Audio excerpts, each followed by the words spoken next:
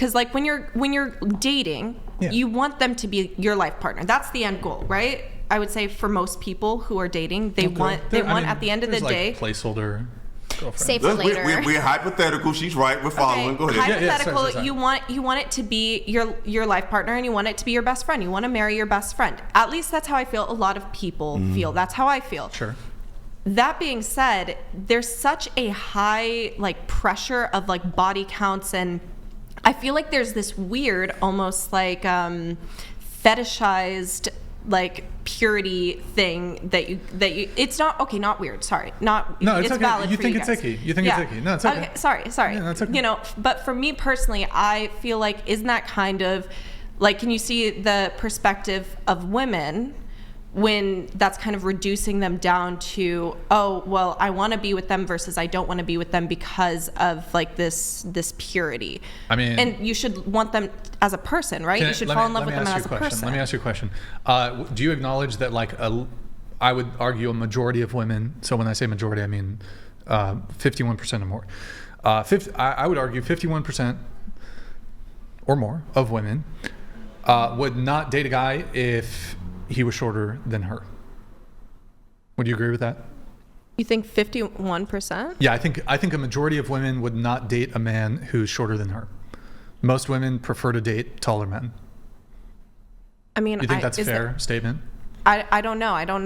Is that an actual you won't even statistic? Grant, I mean, it's no. Like, yes, it's. Is that a statistic? It's backed up by findings on dating apps. I think it's true. Yeah, it's also 100%. I want to say I dated a short guy for 3 years and I got made fun of for it. So that was my long relationship. Also, like, and he was shorter than me. King. Right, but again, I'm talking about majority here. So fair. Do some women date shorter men? Yes. Do some women not care about height? Absolutely, yes. Okay. But so it's just like, why are women allowed to have like XYZ preference? Like y'all have, and you guys also, who's pickier, men or women? Women. Who's pickier? Depends. It depends. It depends on the individual. But I want to say, but it depends on the situation. Are they dating? Are they just fucking? Or are they generally speaking, who's pickier, men or women?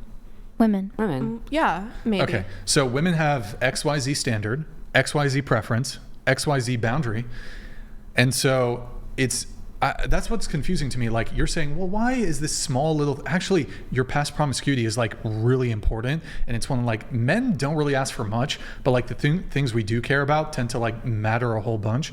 So I don't understand like why you're trying to diminish like a male preference when it comes to dating. Like, yeah, I think your promiscuity and I can get into some of the reasons why, but I think it's actually super important. Okay. I'm not trying to diminish it as your preference personally. I guess I am concerned with why so many men, like it's like an epidemic of men, and it's I'll answer it. And also, it's not that someone like you guys stated plenty of good reasons why you would value someone who has a lower body count, but what I'm talking about is the fetishizing of like, it's almost like innocence. Like I guess the reason why I feel like it gives me an ick, and you know, I've talked a lot with my other girlfriends about this, is because it gives this illusion that you're a child, almost like you've had so little like experiences that like it almost gives you an ick if a guy is turned on by that. And that's what like me and some of my girlfriends' experiences are of like what we view when a guy says that. So I guess just so I'm clear, are you having trouble comprehending an adult woman staying a virgin past the age of 18? No, I'm not. I have no like issue with that. Let me ask you a question. It's more the guy's perspective of like why that's so. But you're trying to pathologize like sort of an innate evolutionary and biological preference of men. Also, it actually makes sense intellectually if you think about it. But let me ask you a question. What do you object to more? A man who's 30, who dates a 30-year-old virgin, because you think this is reminiscent of like a woman being a child, or a man who's 30 who dates an 18-year-old? What's more objectionable to you? a 30-year-old man who dates a 30-year-old. A 30-year-old man who dates a 30-year-old woman who's a virgin versus a 30-year-old man who dates an 18-year-old. I should have added this. Dates an 18-year-old who's slept with 10 men. What's more objectionable to you? I would say, is he dating the 30-year-old because he genuinely likes her as a person? He likes both of them as a person. Okay, but what I'm saying is, would he date the 30-year-old over that because of the body count? That's when I feel like it becomes like a weird situation. But I still feel like if he slept the 18-year-old, that is weird to me. Well, we can get into the age gap stuff here in a bit, but yeah, I can. So hold on. It's more objectionable? I think it seems like infantizing, I guess. Like you mean? No, I know what you're saying. You know what I'm trying to say. Infantilizing. Yes, that word. But you acknowledge that there are women in their like mid to late 20s who are virgins. Yes, but are they staying virgins because of the same reason that guys are wanting virgins? I guess it's the motivation. What is motivation? Different. I think you're thinking for us. We're telling you why men want it. It has nothing to do with keeping you as a child. It's just that there's a psychological aspect to women dealing with multiple men. We don't want to deal with that. We're not trying to control the fact that you've been with another guy and we're jealous. No, there's mental effects to women who've been with multiple men. It's not about we want you to be like a child. We're telling you right now what it is. It's the mental side effect of her inability to pair bond after a certain time. Are there women that are more evolved mentally who can thwart that? Absolutely. Are they the majority? No. We have a chat here coming in. Oh boy. Okay. These girls have had so much love sausage that their vagine and arseholes are combined. What the? Just blank faces reminiscing about when they're. What the? Oh, come on, dog. I can't read that part. Thank you, Hunter Biden. That's great, Hunter Biden. Appreciate it. To add on to what he says, I said I was going to get into it, but I didn't. So when it comes to why men care about body count, there's quite a few different reasons. One is the STD component, right? And this is actually something that's ingrained in both men and women. Mm-hmm. So like obviously we want to avoid like something that could negatively impact our health. There's obviously, in addition to that, there's an intellectual level here when it comes to STDs. There's a social stigma that's attached to this. It's going to be harder to probably find it. Like imagine if you have to like disclose, by the way, you have to disclose you have herpes to are they going to walk away from you at that point? Yeah, you're going to have a more difficult time like securing a partner because of this. So like the STD component is a big thing. That's on the intellectual level, but on the evolutionary level, this is something that exists in men that doesn't exist in women, and here's why. So, there's a couple things. So, as a woman, it comes down to, I don't know if you've heard this term, paternity uncertainty. So as a woman, if you have a child, like you birth a child, there's no doubt that the child is yours. Like there's no, my husband cheated on me. No, like whoever put it, like it's your kid no matter what, whoever you sleep with. As a man, since you guys are the ones who give birth, there's no way for us to know if the child is ours. And you might say, well, okay, there's DNA tests. Yeah, but that doesn't undo hundreds of thousands of years of evolution where DNA tests were not available. So a woman who sleeps with another man, and let's assume that we sleep with the same woman at the same time, you go back, 70 years, and say a woman sleeps with 3 men at the same time, they all... You know what I'm saying. Yeah. No way to tell who the father is. And then, so it comes down to like, okay, am I going to get tricked into raising a child that's not mine? Am I going to invest my resources to raise a child? Because there's the gene is selfish. We want to survive and replicate. We want to be able to have children, have offspring. And so like, it is one of the biggest L's a guy can take in his life to raise a child that he thinks is his, but isn't. So men have like a massive disgust response.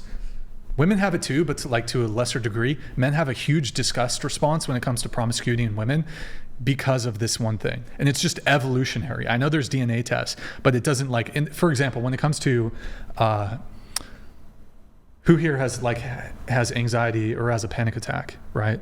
So like you can go see a psychologist and they can explain to you, oh, this is fight or flight response. They can actually they can prescribe you medication. They can explain to you, oh, there's not actually like a tiger that's about to kill you, but you still get that adrenaline dump, and then you're having like a panic attack or like anxiety. So even having an intellectual understanding of why you're like having an anxiety, it can actually help a little bit when it comes to anxiety. Like if you understand what's going on, but like it doesn't necessarily prevent people who suffer from like anxiety disorder or panic attack disorder. It doesn't necessarily like, oh, I can intellectualize why I'm having the panic attack. My panic attack disorder is now solved. That typically for some people that can resolve the disorder. For most, they're going to need further intervention, other sorts of things. But so because of this, if a woman, a bunch of other dudes, we can't determine who the father is, massive L for a guy. Here's an example, right? Let's say, and this is why there's a bit of a different judgment when it comes to promiscuity between men and women.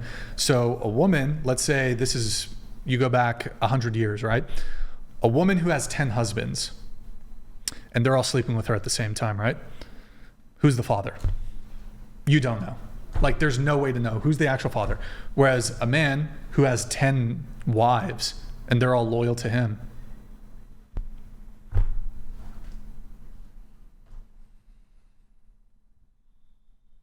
And we got to understand that double standards exist. For example, we both can earn money, but I'm expected to be a little more established than the woman. Is it fair? Can we make the argument that we have feelings too? And yeah, but the truth is, this is what it is. It's not fair, but we have double standards. Ours are economic, yours are physical. Well, that's life. It's unfortunate too, because then it causes, men to abandon their families when they have multiple wives and kids, and that's a huge problem. I'm not in favor of polygamy. I'm not in favor of polygamy, but no, like what you said earlier about like the like STDs, that to me makes perfect sense, and I understand why someone would want that from that perspective. And I am listening to your second point, and I understand, like, that's where you're coming from. That being said, with so many men still being promiscuous when they're younger, and then having that double standard that we've acknowledged, is it kind of unrealistic, I suppose, to think that every guy out there should have a girl that has a super, super low body count, though? Because if guys are going out and having sex with these girls to get their experience, then where are the girls going to be? They're giving them the number. Yeah. Where are these girls? Yeah. So I actually agree with you here. I 100% agree with you. There's not enough low body count women to probably go around, if that's kind of what you're saying. Yeah. So like some men are going to they're going to have to settle. Actually, well, I mean, I don't know if they would settle on this. Well, there's also some men who don't care. Some men don't care. A lot of men don't care. Mine does not. I'm not sure about that. You should have a conversation with him. Ask him. You should ask him, hey babe, hey Bartholomew. Yeah. No, hey Bartholomew. You know what though? I think men will lie about this for a couple of reasons. One, he's already in a relationship with you. Two, sometimes it's hard to once you're in a situation, can you get out of it? But I think that, and if he's trying to get you and you reveal and he's trying to sleep with you, most men are not going to be oh, I mean, some men it'll be a deal breaker for. But a lot of men, they're not going to pass up the chance for sex. So they'll just oh, whatever. Oh, wait, I had something really... Oh, you should try this with your boyfriend. Be would you prefer... Because you brought up, be better in bed, right? Yeah. You should ask him, so you would prefer me if I had 30 additional guys, right? So it's funny that you actually mentioned that. We've had this conversation, yes, he did say that he would have preferred it. Holy fuck, if I had more he's a different kind of guy. If I had, well, he didn't say it like it was a bad thing, but when obviously my number is 4. When we got together, it was 3. So he knew that going in. Okay. And when we had sex for the first time, he was like, "Can you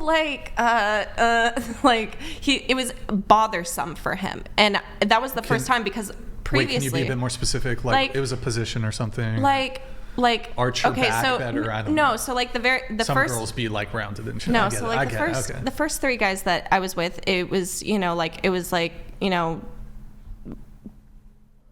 they didn't give me feedback. They were like, "Oh my God, you're so amazing. You're great." And then I got to him. Yeah. And he was like, You've had sex before? Like it was almost like it was like you're so bad at it. like not bad, but it was just, it was, when you just didn't know yet. Yeah, I just didn't know yet, like there's no shame in that. And I would never say that. He didn't say it in a mean way. He didn't say it in a mean way. But okay, how did he say it then? He was like, "Can you please just stop?" Grabbed my head up. He was like, we can let's just kiss." So it was I mean, that's a little different than how you originally painted it, but he felt like I think that it was a little bit more bothersome because he had more sexual experience that significantly. He did a lot of partying, raves, stuff like that. And so I think he had a certain standard of what sex was supposed to be. And then... Wait, can I ask you one quick question? How long did you wait before hooking up with him? So I actually do agree with your point that right away. I'm not judging you. I'm just every single time that I have had a romantic partner, it's been I know from the get-go it's him or it's nothing type of situation. So it's first, second, third date typically. Yeah, something like that. Sure. Yeah. Okay. Yeah. All right. So this started out casually, your relationship with him. Yeah. He came in to the restaurant I was working in, and he asked for my number, and we went on a date. Everything was great. We went on a couple dates, and I don't know, I just knew from the moment that it was gonna be him. Who's that girl from Clueless? Alicia Silverstone. You look a little bit like her. Oh. I don't know. That's just definitely be in the remake. A little bit. Wait. So okay. So your boyfriend gave you a hard time. A little bit of a hard time, yeah. So you had the conversation. We did. And he said, "I would have preferred a couple other had been inside of you." Well, really? He didn't say it exactly like that. But he said. What did he say? He didn't say I wished a couple more were inside of you. He said something along the lines of what exactly did he say? I said oh, you don't I was feeling a little insecure because of some of the comments, I was in my head a little bit, and I was would you have preferred, or would you judge me if I had more before we had the conversation? Wait, the story keeps changing here.